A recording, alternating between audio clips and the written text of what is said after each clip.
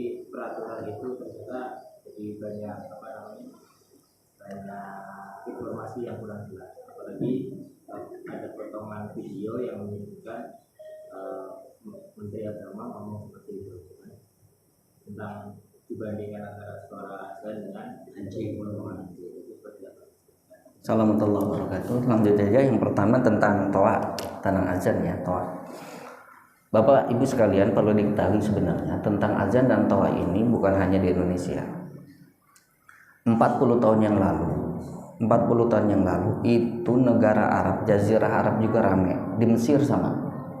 Dan ini pro dan kontra di antara para alim ulama. Para alim ulama bukan hanya yang cere-cere, tetapi yang sudah Grand Al-Azhar gitu. Syekh Mutawalli Asy'arawi gitu.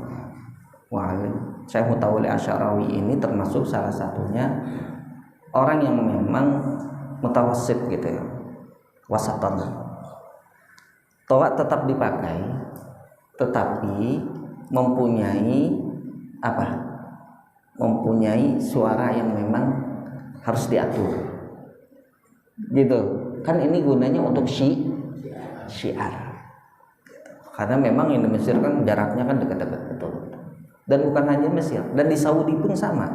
Di Saudi sekarang sudah diatur ukuran suara toa. Volumenya itu diatur. Jadi tentang pengaturan volume toa tersebut itu sudah dilakukan oleh negara-negara Arab sebenarnya lebih dahulu. Oleh karenanya Indonesia ini pun, pemerintah Indonesia pun ada kebijakan seperti itu. Hanya saja memang karena kenapa? Kita kan saling sahut menyahut. Kan gitu. Oleh karenanya Masjid Al-Hidayah ini khususnya, mohon maaf, saya minta Bapak Rosyid, supaya kita ada suara dalam, ada suara luar. Kita ini ada Masjid Al-Bukhari, ada yang Al-Amin, kemudian Al-Hidayah, ada Munawaroh, ada At-Taufik, ada Matul Anwar, ada Al-Fatah, deket-deket ini. Kalau emang saling kan gitu ya. Sedangkan mereka lagi sholat saling mengganggu, akhirnya itu kurang bagus. Sedangkan kita kan untuk saling merangkul. Jangan menunjukkan perbedaan yang terlalu mendalam. Oleh karena itu saya sarankan sekali kan gitu dari awal, tolong Rosyid teman-teman, kalau emang pas lagi sholat kita pakai suara dalam aja. Karena rupanya memang suara Al-Hidayah ini lebih dominan dibandingkan dengan yang lain. Adapun ternyata ada masjid yang lain atau ada musala yang lain menggunakan itu ketika sholatnya, silakan, tapi tolong. Karena semua orang punya aktivitas. Apalagi aktivitas yang sama, sesama sholat. Sedangkan volume dia lebih tinggi. Syiar itu bagus. Syiar itu wajib. Tetapi jangan sampai syiar itu karena caranya yang salah akhirnya mendolimi yang lain. Satu. Nah, adapun antara menak karena itu menyampaikan seperti itu, betul memang ada 100 meter begini. Hanya saja yang sangat disayangkan mengkiaskan dengan binatang yang memang dianggap sebagai binatang najis menurut mazhab Syafi'i. Walaupun menurut mazhab Maliki itu nggak najis. Gitu. Tapi umumnya kita di Indonesia itu adalah binatang yang najis.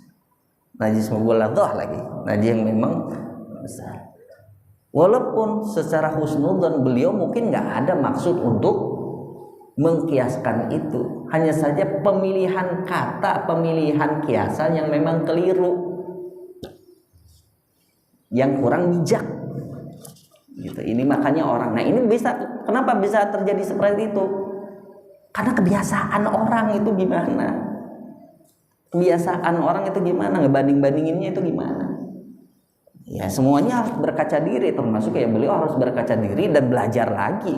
Nggak ada waktu orang selesai belajar, walaupun beliau menak. Belajar lagi, tawadhu lagi jadi orang tuh. Bahasanya kan begitu. Belajar lagi. Semua nggak ada, walaupun dia udah di kiai super usia 80-90 tahun tetap kemutola'ah. Belajar lagi. Kalaupun salah ya harus pasang badan. Saya salah.